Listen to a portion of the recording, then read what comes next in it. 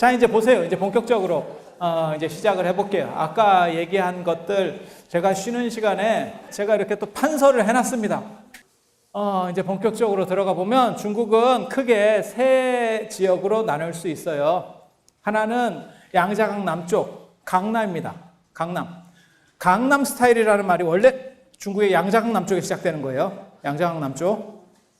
그리고 원래 이 양자강은 장강이 원래 이름이고 그냥 양자강이라고 많이 알려졌기 때문에 그냥 양자강이라고 쓰는 거예요. 전 세계에서 세 번째로 긴 강. 전 세계에서 제일 긴 강은 아마존강. 눈물을 흘리는 아마존강. 들어보셨어요? 아마존의 눈물 이런 걸? 그 다음에 두 번째는 이집트의 나일강. 세로로다가 이렇게 찢어지는 애 있잖아요. 그죠? 그리고 이제 세 번째로 긴 강이 장강, 양자강입니다. 그리고 중국 문명하면 가장 대표적으로 떠오르는 강 황하. 그리고 그 위에 중국집 하면 제일 많이 떠오르는 거 만리장성 북경 상해가 삼강 체제지. 좀 잘 나가는 중국집의 삼강 체제. 예. 싼 데는 만리장성이라고 잘 안 써. 좀 비싼데 만리장성. 그렇게 해서 자, 봐보세요. 원래 중국의 전통적인 지역은 여기예요. 여기. 이 섬서성을 중심으로 해서 여기가 장안, 낙양 이렇게 있어요. 장안, 낙양. 장안이라고 하는 데가 우리나라 사람들도 가장 북경과 더불어서 북경 상해와 더불어서 가장 널리 알고 있는 게 장안. 장안의 명물, 장안의 제인, 장안의 최고 이런 식으로다가 쓸 정도로 외국 도시 중에는 지금은 서안이라고 불리는데 그 장안 13왕조의 수도입니다. 그리고 조그만 나라까지 치면 17개 왕조의 수도였었던 데요. 그리고 그 옆에 이제 낙양이 있어. 낙양은 9개 왕조의 수도예요. 낙양 들어보셨죠? 낙양 하면 제일 유명한 게 뭔지 아세요? 공동묘지. 그 공동묘지 이름이 뭔지 아세요? 북망산이에요. 얼마 안 남았잖아. 모르시면 어떡해. 그래서 이상의 부인이 있잖아요. 그 양반이 하는 것 중에 성주풀이가가 있어요.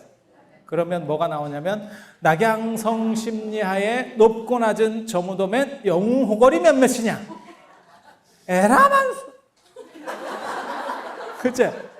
이런 성주풀이가 알 정도면 또 오래된 사람이요. 낙양성에 심리쯤 되는데 그 노래가 사실입니다. 낙양성 심리쯤엔 되는데 높고 낮은 무덤이 있대. 그게 북망산이요. 거기는 보통 사람 무덤이 아니고 귀족들만 묻히는 귀족 공동묘지예요. 그러니까 왕이라든지 제후라든지 이런 사람만 묻혀. 일반 사람들, 삐리한 사람들은 못 묻혀. 우리나라 사람 중에서 거기에 묻힌 사람 중에 제일 유명한 사람 백제의자왕 무덤도 거기서 발견됐어. 자, 그렇게 해서 거기에 높고 낮은 무덤들이 많이 있다는 거예요. 그게 북망산천이야. 그렇지만 저기에 영웅호걸이 몇몇이 있느냐? 다 영웅호걸 아니냐? 잘 나가던 한 시대에 획을 긋는 잘 나가는 사람들 아니냐? 그런데 그 사람들 지금 죽어서 뭐 하냐? 다 자빠져서 흙됐다. 그러니까 살았을 때 놀아야 된다. 그게 성주풀이가 아니오. 그리고 그게 실제로 있는 걸 해서 얘기하는 거예요. 그래서 우리나라에서 제일 이제 죽음과 관련돼서 유명한 게 북망산하고 황천도 들어보셨죠? 황천은 이 황하의 북쪽에 있어요. 거기에 이제 황천, 이게 협곡이 져가지고 거기서 물이 막 급류가 흐릅니다. 그러다 보니까 더 노래. 황하가 원래 저게 또, 목욕탕의 황토탕 비슷하거든요. 근데 거기는 막 급류가 치니까 더 막 이렇게 노란 거예요. 그래서 거기를 이제 황천. 거기를 어떻게 건너겠느냐. 그 급류가 치는 거기를 어떻게 건너겠느냐. 이렇게 해서 거기 건너가면 절단 난다. 그래, 황천. 아니, 그런 거예요. 실제로 다 있는 지명이에요.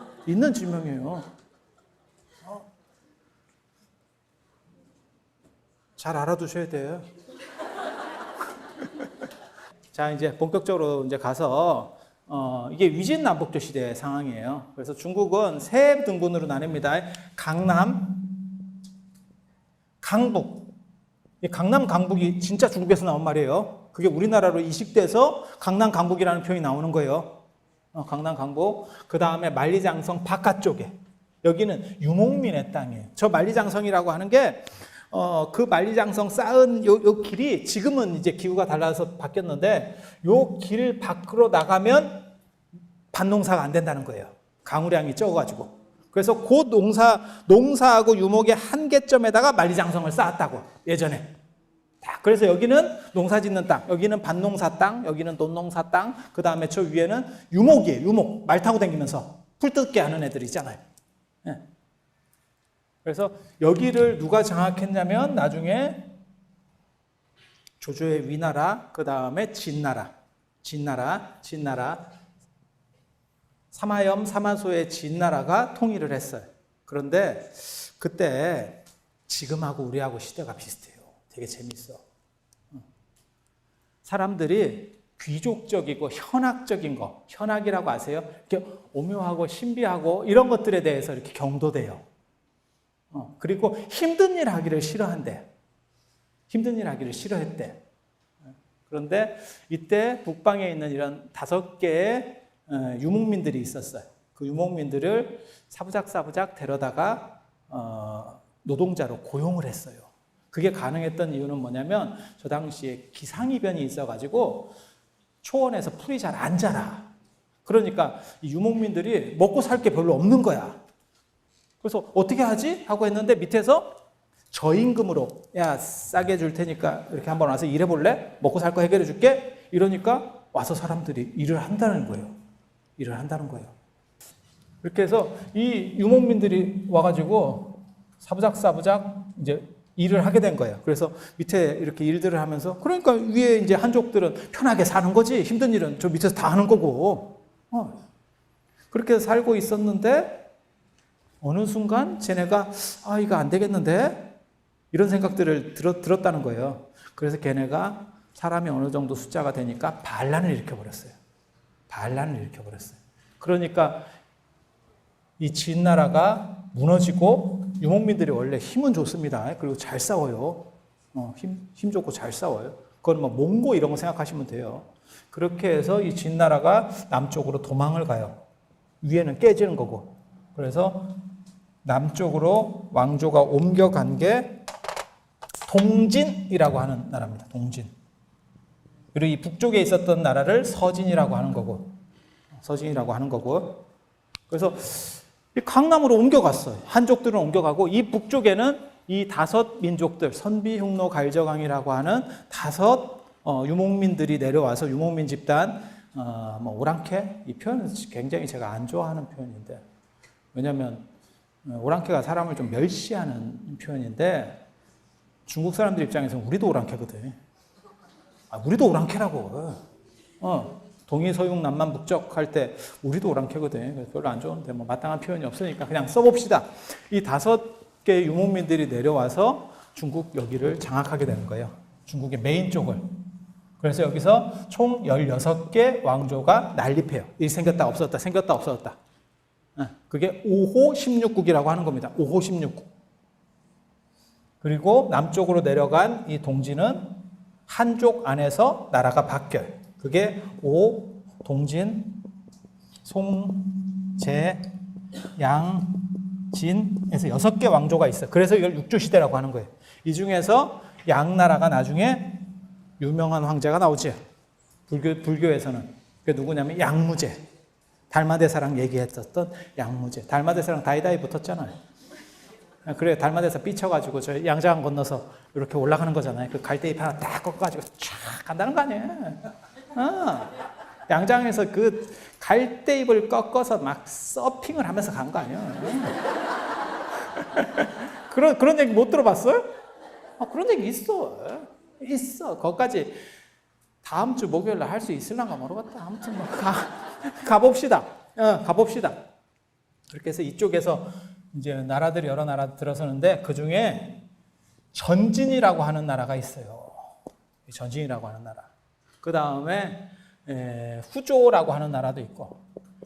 이때 불교가 이제 확 번성하는데 중국 문화는 무너지면서 불교가 번성하는데 그렇게 되는 이유가 뭐냐면 이 선비흉노 갈저강, 이 만리장성 밖에는 원래 중국이 아니었기 때문에 중국이 자기 아니라고가 아니고 우리 아니라고 금을 거놓은 게 만리장성이에요. 그리고 여기에는 불교들이 다 이미 들어와 있었어요. 그 시절에. 불교가 들어왔고 이렇게 내려오니까 이 사람들은 불교를 믿다가 내려오니까 그냥 불교지. 이해가 되죠? 그렇게 되는 거예요. 그래서 불교가 남하에서 불교를 믿던 사람들이 지배층이 된 거죠. 그리고 저 때는 스님들이 뭐 하냐면요. 초기 불교를 전래한 스님들은 중국에서 초기에 불교를 전래한 스님들은 다 외국인이에요. 외국인의 가장 큰 문제점은 뭘까요? 언어가 안 돼. 말이 안 돼. 게다가 이 한자 중국말이라고 하는 게 또 더럽게 어려워요. 말이 잘 안 돼. 말이 안 되는데 사람들을 교화하는 방법은 뭐가 있을까요? 말이 안 되는 상황에서. 두 가지예요. 두 가지. 말 필요 없이 먹히는 방법. 얼굴. 그렇게 해서 초기에 중국으로 들어왔던 스님들이 대부분 신통력이 있습니다. 신통력이 있어요. 그래서 뭘 하냐면 이런 전쟁 상황에서 제갈량 같은 역할을 해요. 임진왜란 때도 일본군이 쳐들어왔을 때, 왜군이 쳐들어왔을 때 거기 스님들이 따라왔습니다. 그거 아세요? 그래서 그 스님들이 일종의 책사 역할을 하는 거예요. 뭔 얘기인지 아시겠어요? 그런 거예요. 그런 게 있어요. 그 중에서 제일 잘 나가는 사람이 불도징이라고 하는 사람이 있어요. 이 사람 진짜 재밌다. 이 사람이 후조 성륵이라고 하는 임금의 일종의 책사예요. 책사. 그러니까 뭐 왕사국사 겸 책사. 뭔 뜻인지 알겠죠? 존경받으면서도 제갈량 같은 역할을 해줘. 저 양반은 신통이 있어가지고 딱 보면 어떻게 전쟁이 일어날 줄 안 돼. 사실 제갈량은 사기 캐릭터입니다. 제갈량은 그건 역사 속에서 나오는 게 아니고요. 그냥 소설 속에서 나오는 거예요. 그건 전부 다 사기입니다. 그리고 제갈량이 그래도 딴 사람보다 제일 앞섰던 건 뭐냐면 첩보전의 거의 시조입니다. 그 전에는 첩보전을 그렇게까지 중요시 여기지 않았어요. 근데 제갈량이 첩보전의 중요도를 이해를 했고 그걸 가장 그 당시에 잘 활용했어요. 그러니까 다른 쪽에서 봤을 때는 저놈이 저걸 어떻게 알지? 알 수 있는 방법이 없는데? 그러니까 어떻게 생각해? 뭐 신기한 힘이 있는갑다. 신통이 있는갑다. 도술이 있는갑다. 막 이렇게 생각을 한 거거든, 그게. 근데 이 양반은 진짜 뭔가 있어요. 그래서 이 양반 말을 들면 전쟁에서 이겨. 전쟁에서 이겨. 그렇게 해서 임금 입장에서는 생각을 해봐요. 그 전쟁에서 이기면 무조건 이기면 되는 거잖아. 그렇지 않아요? 어떻게 하면 이기겠습니까? 어떻게 하면 좋겠습니까? 이래가지고 이 사람이 착착착 얘기를 해주면 그 말대로 하면 이겨. 이긴 뒤에는 논공행상이라고 하는 걸 합니다. 그래서 장군들에게도 이제 쉽게 말해서 뭘 주고 돈이라든지 무슨 뭐 땅이라든지 이런 걸 주고 이 양반이 공이 제일 많으니까 이 양반한테 뭘 요구하냐면 뭘 얘기하냐면 원하는 게 있으면 주겠습니다. 이렇게 얘기해요. 스님이잖아. 뭘 요구했는지 아세요? 절을 짓게 해주세요. 절 몇 개 이렇게 이길 때마다 절 몇 개 안 그러면 출가를 시켜서 스님들을 만들어주세요. 초기니까 스님도 없어. 중국에 스님도 별로 없어요. 그러니까 스님들을 출가시키게 해주세요. 절을 만들어주세요. 이렇게 해서 이 양반이 절을 몇 개를 지었는 줄 알아요? 1000개를 지었어요. 이길 때마다 절 100개, 뭐 10개, 50개 이래가지고 1000개를 지었어요. 그때 이 양반이 너무 잘 나가니까 한족 사람이 그 당시에 대신이었었어요. 왕도 왕파라고 하는 이 사람은 유목민입니다. 근데 왕도 왕파라고 하는 사람이 뭐라고 얘기하냐면 저건 이 불도징은 오랑캐고 불교는 오랑캐 종교다. 저런 걸 믿으면 되겠냐? 이렇게 얘기했다는 거예요. 임금한테. 그랬더니 성륵이 뭐라고 대답했는지 아세요? 임금이 오랑캐 종교를 믿는 건 올바르지 않다. 이렇게 얘기하니까 성륵이 한마디로 끝냈대. 내가 바로 오랑캐다. 이 한마디가 불교가 어떻게 화북 쪽에 이 중원에 퍼지게 됐는가를 알 수 있는 거예요. 여기 때 이 시대의 지배층들은 전부 유목민들이 내려왔었고 그 사람들은 이미 불교를 믿고 있었고 그걸 바탕으로 해서 이런 사람들이 움직이기 시작하는 거예요. 그러면 강남에는 불교가 안 움직이느냐? 강남에도 불교가 움직이기 시작해요. 강남에도 불교가 움직이기 시작해요. 바다로 이제 사부작사부작 불교가 들어가는데 왜 들어가냐면 이때 강남에 뭐가 유행하냐면 중림칠연 들어보셨어요? 대나무 밭에서 뽕 맞으면서 자빠져 있던 사람들 7명. 그 당시 뽕 이름도 있어요. 한식산이라고 하는 겁니다. 그래서 중림칠연 그림에 보면 사람이 이렇게 옷을 이렇게 팍 풀어헤치고 이렇게 자유롭게 이렇게 있어요. 그렇게 되는 이유가 뭐냐면 한식산을 먹으면 사람이 몽롱해지면서 몸에서 열이 난대. 그리고 강남은 더워. 그러니까 옷을 풀어헤치고, 근데 그런 내용을 잘 모르는 사람들은 저 육조시대 때 회화를 보면 뭐라고 생각하냐면 굉장히 자유로운 그런 정신경계를 표현했다. 이렇게 생각한다고. 근데 그게 뽕 맞고 해롱거리는 거야. 근데 왜 뽕이 유행을 하느냐? 이유가 있어요. 이 사람들이, 귀족들이 도망 내려왔잖아. 강북에서 도망 내려왔잖아. 두드려 맞아가면서 쉽게 말해서 군대가 위에서 쳐 내려오니까 도망 온 거잖아요. 도망 오는데 문제는 다 갖고 와도 한 가지는 못 갖고 오는 게 있대. 뭐가 있을까요? 예? 땅 당연히 못 갖고 오지. 땅이야. 여기서 뺏으면 되지. 또 뭐가 있을까요? 진짜 심각한 거. 조상의 무덤을 못 갖고 온다. 지금도 조상 무덤이라는 게 우리가 차지하는 한국 문화에서 차지하는 비중이 굉장히 큰데 예전에는 엄청 컸거든요. 근데 이 유목에서 내려온 사람들이 게다가 중국은 또 후장이잖아. 후장이라는 건 뭐냐면 후하게 장사를 지내니까 안에다 물건을 넣잖아. 그러니까 이 유목민들이 그거를 팝니다. 이해가 되죠?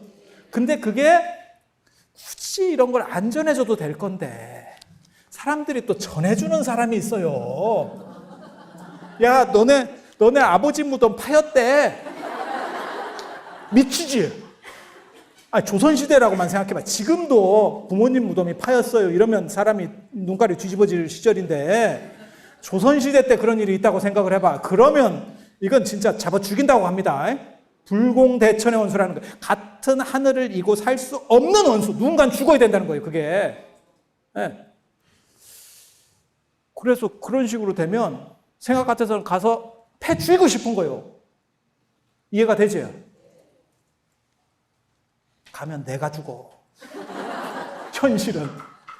그러면 어떤 일이 벌어져요? 이런 귀족들이 어떻게 행동을 하냐면 그러니까 일반 평민의 무덤은 파지도 않아요. 왜? 좋은 게 들어있어야 파지.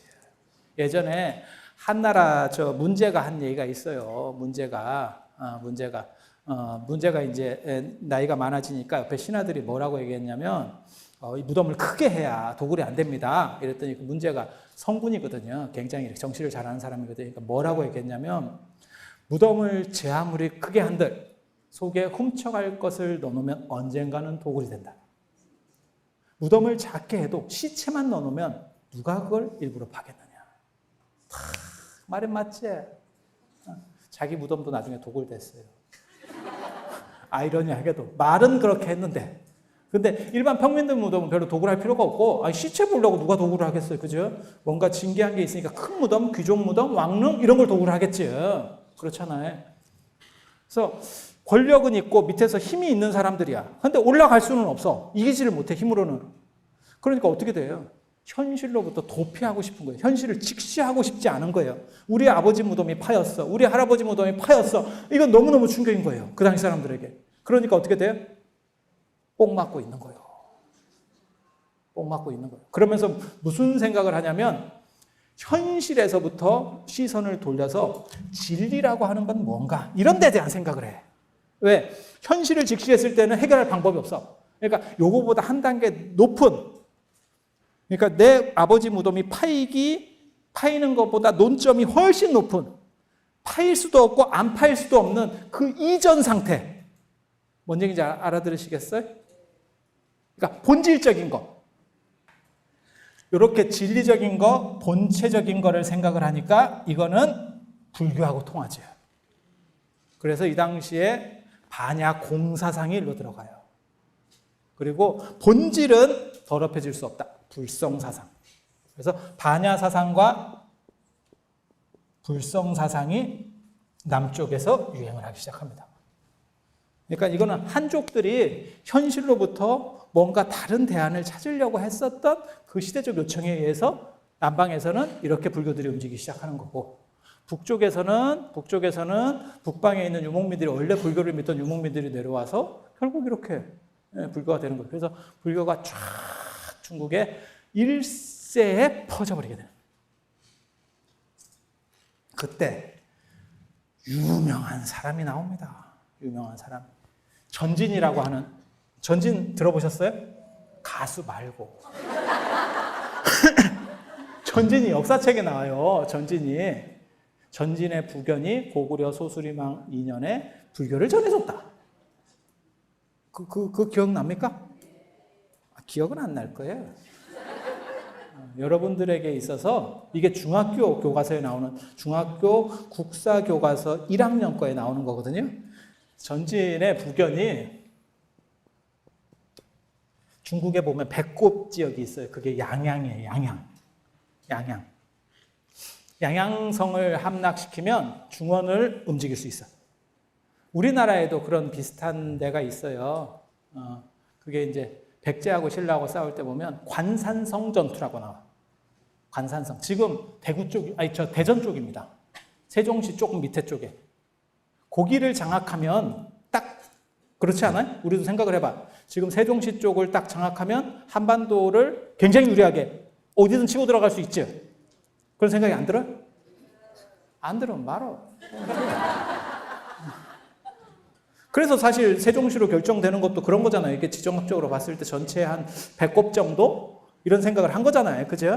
네, 그래서 양양이라는 데가 그런데요. 그래서 전진이 저 양양성을 깨트리고 나서 저 양양이 나중에도 나오거든요. 몽고 때도 나온다. 몽고가 저 양양성을 깨트리는데 40년이 걸렸어요. 그렇게 중요한 데기도 하고 험하기도 한데요. 전진이 저걸 깨트려. 전진의 부견이 저걸 깨트리고 뭐라고 얘기하냐면, 내가 양양성을 깨트리고 10만 군대로 양양성을 깨트리고 한 사람 반을 얻었다. 이런 얘기를 해요. 한 사람 반을 얻었다. 그러니까 양양성을 깨트리고 내가 전체의 패자가 됐다. 이거보다도 더 중요한 사람을 얻었다. 그 얘기예요. 그게. 네, 그 얘기예요. 한 사람 반. 한 사람, 반 사람. 반편이. 한 사람이 누구냐면 도안 스님입니다. 석도안이라고 하는, 분위기 쎄하네. 잘 모르시는갑다. 몰라도 돼요. 이 양반이 나와야 그 다음 사람이 나와. 유명한 사람을 끌어내기 위해서 저 사람이 필요해. 그러니까 도안 스님이 한 사람이고, 반 사람이라고 하는 사람이 있어요. 반 사람. 그게 습착치예요. 습착치. 또 처음 들어보는 사람이 쎄하네. 이 습착치가 누구 조상인지 아세요? 지금 시진핑 조상이에요. 시진핑이 습시예요. 습시. 습착치가 엄청난 천재라고 하는 거예요. 엄청난 천재라고 하는 거예요. 그래서 신문이나 이런 데 보면 사해 습착치. 천하에 나 같은 사람이 없다. 이렇게 막 교만을 떨거든. 그러다가 도안 스님 만나가지고 깨갱 했다는. 그래서 이게 이 사람이 반 사람이 된 거고, 반편이가 된 거고, 머리 진짜 좋은 사람이에요. 그리고 도안 스님이 한 사람. 그러니까 무슨 얘기를 하고 싶은 거냐면, 부견이라고 하는 사람이 중원을 장악하면서 거기서도 메인으로 친 건 스님이라는 거예요. 스님. 그러니까 불교가 그만큼 이제 중요시되기 시작했다는 걸 얘기할 수 있는 거죠. 큰 스님을 얻은 것만큼 좋은 건 없다. 지금 그렇게 되는 거죠. 그래서 도안 스님을 탁 모셔놓고 법을 가르침을 듣는데, 도안 스님이 저보다 더 대단한 스님이 있는데 왜 그 스님을 모시지 않습니까? 라고 한다는 거예요. 아니, 중국에 스님만한 사람이 있습니까? 참, 중국에는 없는데 있습니다. 그게 중앙아시아에 있었던 구마라집입니다. 이 양반 때문에 내가 이 양반을 끄집어냈다니까. 도안이 추천을 해요. 구마라집 스님을 모셔옵시다. 그러면 장안불교가 완전히 바뀝니다. 중국 불교가 완전히 바뀝니다. 이 당시에는 체계가 안 섰어요. 불교가 체계가 안 섰어요. 이제 스님들도 많이 늘어나고 절도 많이 늘어났는데 체계를 세울 수가 없는 거야. 한국 불교에서 저렇게 체계를 세운 스님이 자장률사예요. 자장률사. 그래서 계율을 통해 가지고 어떻게 해야 돼라고 해서 스님들을 갈래를 치는 거예요. 그래서 구마라집 스님을 모셔옵시다. 그랬더니 스님이 원하신다면 오케이. 그리고 또 뭐가 있냐면 고승이 한 명이 오면 문화가 확 올라가요. 그 당시에는. 그러니까 단순히 종교의 문제가 아니에요. 선진 인도 문화가 쫙 올라가면 그게 나라가 강해지는 겁니다. 그래서 전진의 부견이 그러면 군대를 해서 중앙아시아를 갑시다. 그런데 자기는 임금이니까 자기가 갈 수는 없으니까 저 거리가 멀거든요. 중앙아시아 쪽에 거리가 멀거든요. 그러니까 자기가 직접 안 가고 누구를 보내냐면 장군, 여광이라고 하는 장군을 보냅니다. 그건 있을 수 있는 일이잖아요. 그죠? 여광을 보냈어요. 사령관으로 여광을 딱 보냈어요. 그래서 군대를 빼서 구마라집 나라를 쳐요. 이게 구자국입니다. 구자국. 중앙아시아에서 구자국. 그래서 이 사람이 구시오. 옛날에는 다 그렇게 붙였어요. 불도징 하면 인도 사람이라는 얘기고, 불도징 하면 불자가 들었잖아요. 부처 불자에. 그러면 그 인도 사람이라는 뜻이에요. 그래서 구마라집 이러면 이게 구자국 사람이에요. 그래서 그 나라 이름을 성으로 성같이 붙여놓는 그런 풍습이 있어요. 그래서 구마라집. 그래서 여광에게 군대를 주니까 여광이 가서 얘기를 해요. 구마라집이라고 하는 사람은 구자국 왕이 있잖아요. 왕자냐? 왕자는 아니고 왕의 동생, 누이 동생. 지금으로 말하면 김여정 자식이요. 이해가 되지? 김여정이 갑자기 자식을 낳았어요. 김여정 자식이에요. 김여정 자식. 이해가 되죠? 그러니까 왕하고는 아주 지친이지, 지친. 그죠? 네. 그리고 저 아버지는 누구냐면 인도 스님이에요. 인도 스님이 저기 포교하러 왔다가 또 뭐 사연이 있었는가 봐. 몰라. 그런 걸 너무 기구하게 파고들지 마. 그렇게 낳는데 자가 나오자마자 천재요. 그리고 중국 문화도 알고 나중에 인도로 유학 가요. 자기 아버지가 인도 사람이니까. 그래서 인도에 탁 유학 가고. 가지고 인도에서도 이름이 날리고 중국 쪽으로까지 이름이 날리고 다 이런 사람이에요. 이런 사람. 그래서 굉장히 이제 중요한 위치까지 올라가는데 이때 여광이 구자국 왕한테 뭐라고 얘기하냐면 군대를 끌고 가가지고 구마라집을 보내달라. 보내주면 전쟁은 없다. 그랬는데 구자국에서 뭐라고 얘기하냐면 이 사람은 우리나라의 보물과 같은 사람이기 때문에 보낼 수 없다. 전쟁을 선택하겠다. 이렇게 해서 전쟁이 시작됩니다. 전쟁이 시작됩니다. 누가 이겼을 것 같아요? 여광이 이겼어요. 그래서 구마라집 조국이 망합니다. 구자국이 망합니다. 이 놀라운 사건이 벌어져요. 그렇게 해서 구마라집이 여광한테 잡혀요. 여기서부터 구마라집 인생이 파란만장하게 돼요. 진짜 진기하게 된다고. 너무너무 진기한 상황으로 벌쳐지는 거예요. 왜? 여광한테 잡혀서 여광이 전진의 부견한테 데리고 갔으면 경기가 끝났는데 전진이라고 하는 나라가 군대를 중앙아시아까지 너무 많이 빼버리니까 여기서 뒤치기를 당해가지고 전진이 무너졌어요. 아이러니하게도 전진이 무너져 버렸어. 그러니까 여광이 어떤 행동을 하냐면 자기한테는 군대가 있고 돌아갈 조국이 없어진 거야. 자기 상관이 없어진 거야. 그러니까 이 동네에서 자기가 눌러 앉아가지고 양나라를 만들어요. 내가 왕이야 이렇게. 근데 이 부견이라고 하는 여광이라고 하는 사람은 불교가 아닙니다. 그리고 스님들을 되게 싫어합니다. 그래서 구마라집을 대상으로 생체 실험에 돌입하기 시작합니다. 네가 그렇게 잘났다며 어느 정도나 하는가 한번 볼까? 이렇게 해서 아주 가혹한 실험들을 하기 시작합니다. 술도 먹여보고 뭐또 해보고 막 이렇게 오만 때만 걸 다 해봐요.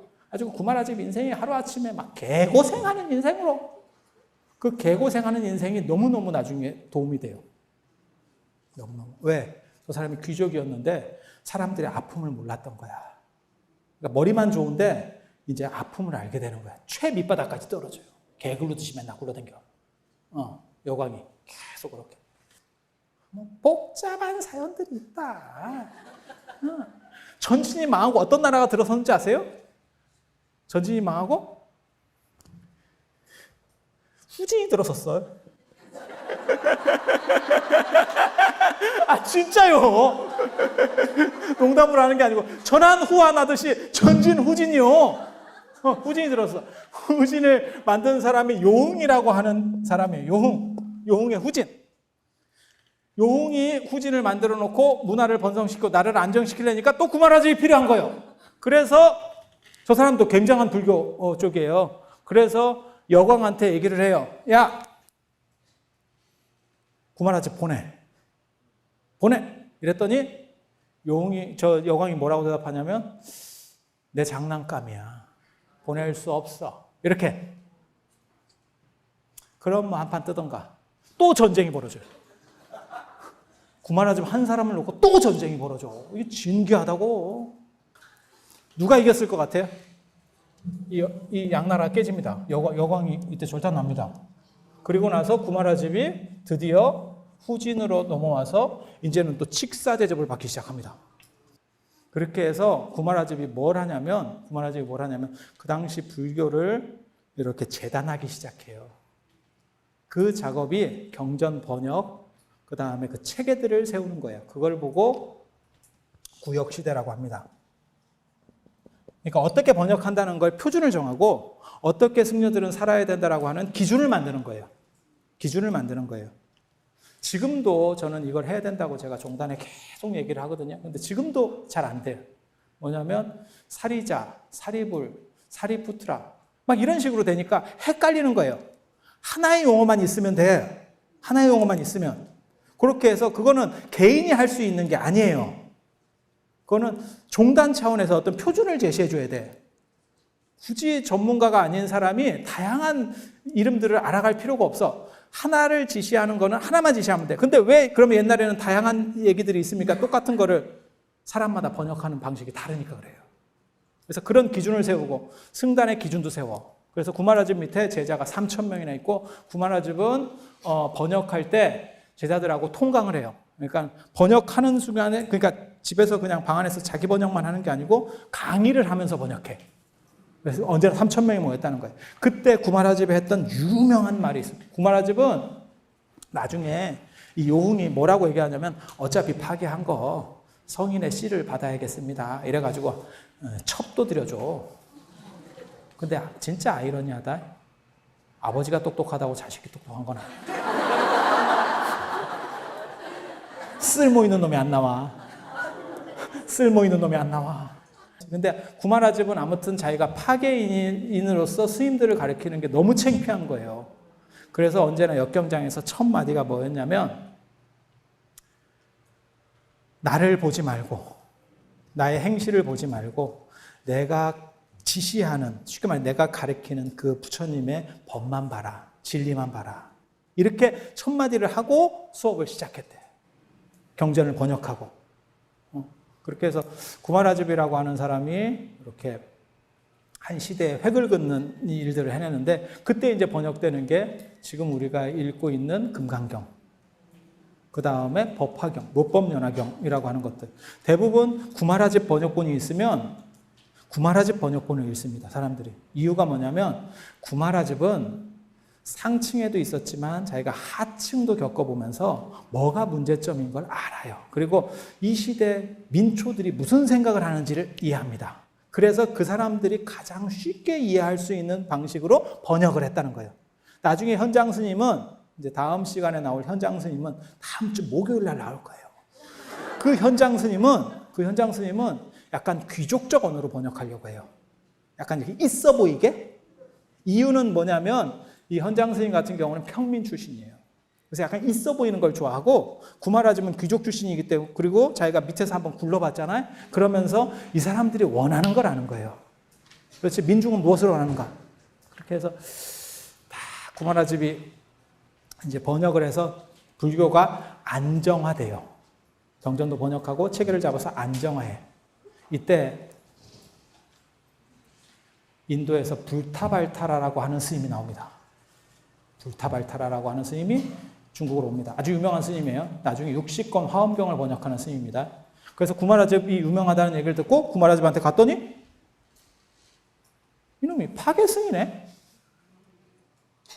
그러니까 다 변명 필요 없고 너는 일단 중이 아니야.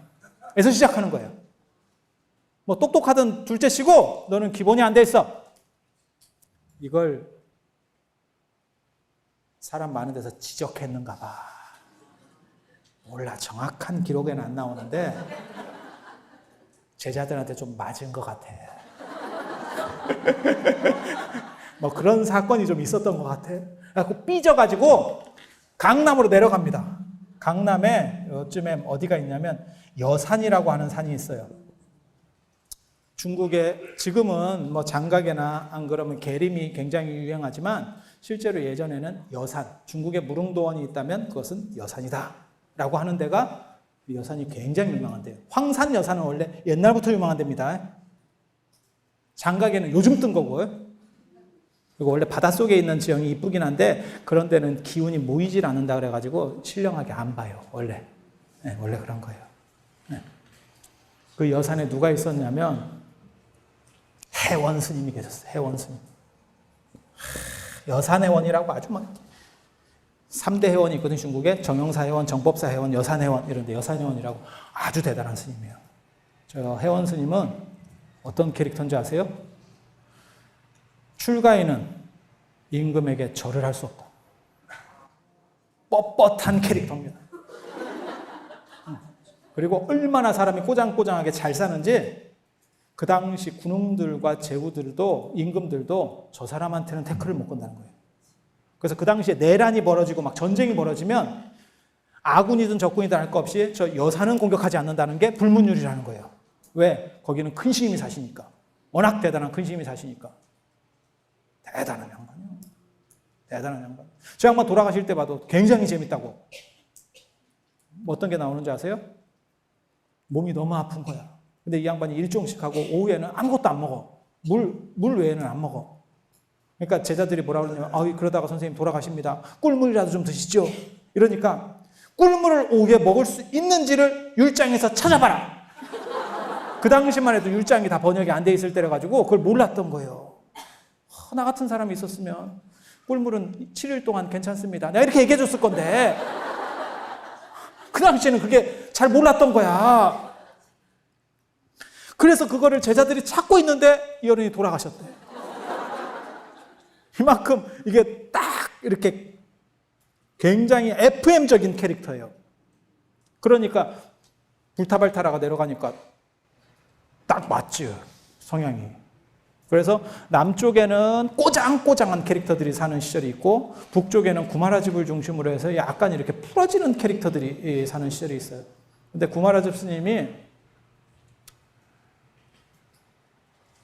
맨 마지막에 돌아가실 때 기가 막힌 얘기를 해요. 자기는 평생 그게 컴플렉스였던 거예요. 자기가 파괴인으로 산다는 게 평생 컴플렉스. 그래서 뭐라고 얘기하냐면 내가 죽고 난 뒤에 화장을 해요. 화장을 했을 때 내가 설한 경전에 오류가 없다면 내 혀는 불에 타지 않을 것이다. 이런 예언을 해요. 딴 건 몰라도 혀는 안 탈 거다. 그래가지고 화장을 했더니 혀만 남았대. 신기하기도 한데 되게 무서워. 사리를 수습해야지 이러고 했더니 섬뜩하지 않아? 그 혀탑이 있어요. 혀를 모신 부도탑이 장안 초당사에 있어요. 지금도 장안 초당사에 있어요. 초당사에 아주 대단한 부도탑이 있거든요.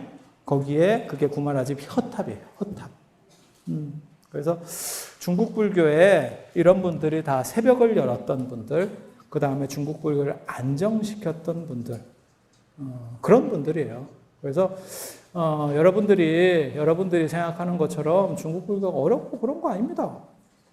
왜 그랬는지에 대한 것들을 좀 생각해 보면 중국 불교 자체가 굉장히 쉬워요. 그리고 이렇게 구마라집에서 안정되기 시작한 불교가 이제 본격적으로 발전하기 시작해요.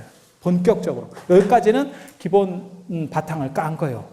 그래서 거기서의 핵심적인 인물은 불도진, 구마라집. 불도진, 구마라집.